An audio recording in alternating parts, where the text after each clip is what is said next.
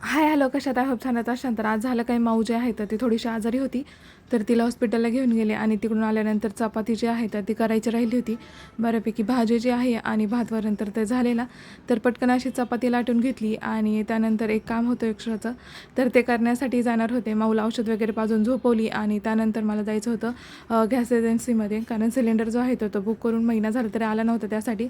तर त्यानंतर मिस्टरांच्या मावशी ज्या आहेत तर त्या आजारी होत्या आणि त्यांना बघायला गेलो. तर तिकडून येताना थोडीफार शॉपिंग केली. शॉपिंग म्हणजेच की आता उन्हाळा चालू झाले, खूप दिवस झालेत, बट माठ घरी नव्हता, होता तो माऊनी फोडलेला, तर तो घ्यायला गेलो.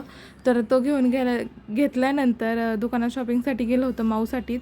तर त्यानंतर कौस्तुभला आणि माऊला खायचा होता वडापाव, तर हा आमच्या इथे फेमस आहे. तर तिथून येताना वडापाव आणला आणि येताना तुम्ही बघू शकता संध्याकाळची जी गर्दी आहे तर ती खूप सारी होती.